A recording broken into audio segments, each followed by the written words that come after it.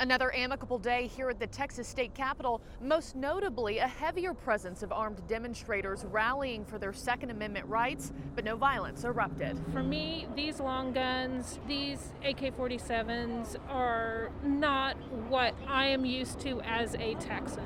This was the scene at the Texas State Capitol on Sunday. 10 to 15 armed protesters peppered amongst a mix of media and locals. If you're scared of a long gun, our country was born on long guns. Ben Hawk says he represents the Hibiscus Group. According to its website, the constitutionalist organization is pro-Second Amendment, anti-racist, and made up almost entirely of libertarians. We don't care about Trump losing the election.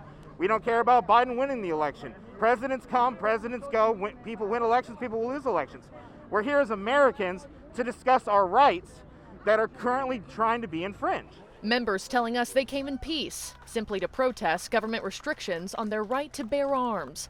Hawk telling News Nation nobody should fear their presence. It's just a tool. It's the person behind the tool that you should be afraid of. We're not here causing any ill will. We're not here causing any harm. Aaron Adams grew up in Texas and has lived in Austin on and off for 12 years. This, I feel it feels a little bit more warlike. She says the Capitol is typically the place where you'd see rallies, but that this weekend's armed presence is abnormally high. Energetically, I feel a little bit more on guard and walking around. If I see someone in camouflage or a little bit darker clothing, I'm feeling a little bit more like, who are they and what are they? I feel a little bit more threatened.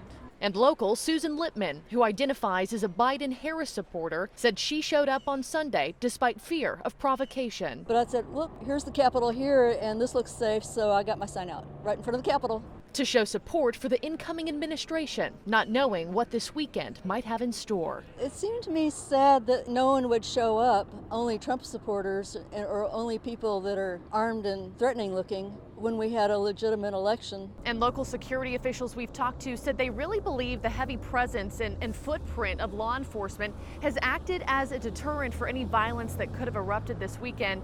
And another thing to note as well, Texas lawmakers during session have been sent home until after inauguration. So any rider who wanted to breach the Texas State Capitol would only gain access to an empty building. Reporting in Austin, Marky Martin, News Nation.